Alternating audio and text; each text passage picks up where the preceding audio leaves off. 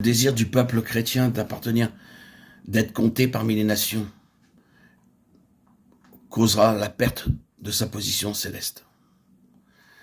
Car le Seigneur n'a jamais eu comme intention que son Église soit sur cette terre quelque chose qui serait adopté par ce monde, qui serait compté parmi les choses de ce monde, reconnu et accrédité par ce monde. Ce qu'il a eu en vue et qu'il a obtenu quand les choses furent correctes, fut que le monde lui-même ne pouvait pas supporter la présence de l'Église, qu'il ne la désirait pas. C'est là la puissance de l'Église, celle de témoigner contre ce monde. Toute la question parcourt toutes les Écritures.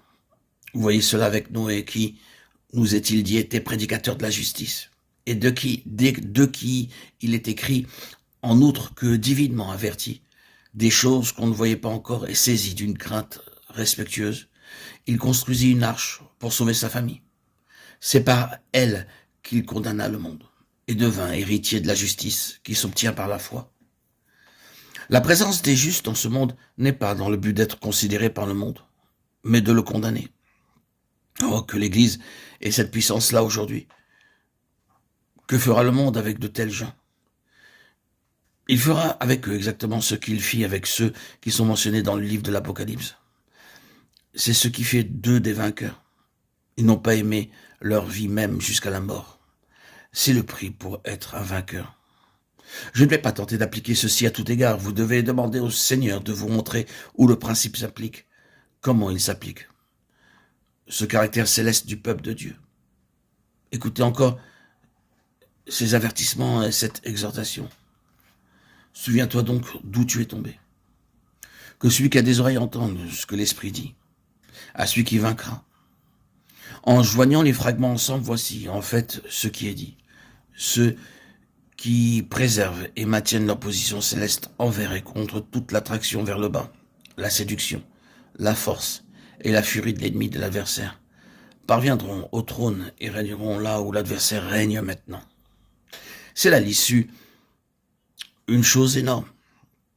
Et puis, si cela coûte tout pour être un vainqueur, souvenons-nous que ceux qui souffrent avec lui régneront avec lui et seront glorifiés ensemble avec lui. Vous avez peut-être un petit aperçu de la pensée céleste de Dieu, vu sur quoi et en vue de quoi Dieu travaille, ce qu'est sa pensée, un peuple céleste. Or, c'est ici où l'Église a besoin de vision. Cela nécessite vraiment la vision. Si l'Église voyait ceci, quelle Église différente ce serait? Le vainqueur est cette personne ou cette compagnie qui a la vision que la majorité a perdue. Demandez au Seigneur de vous accorder la vision pour le bien de toute son Église. Car le vainqueur, laissez-moi le redire, n'est pas quelqu'un ou quelque chose à part, mais en relation avec le tout, le lien de Dieu entre sa pleine pensée et ceux qui l'ont perdu. C'est là le vainqueur. Si le Seigneur ouvrait nos yeux, les yeux d'un certain nombre parmi son peuple, ce serait pour le bien de toute l'Église. Demandons-lui donc d'exaucer la prière de Paul en notre faveur, les richesses de la gloire de son héritage dans les saints. À lui, la gloire dans l'Église et en Jésus-Christ, dans toutes les générations au siècle des siècles. Amen.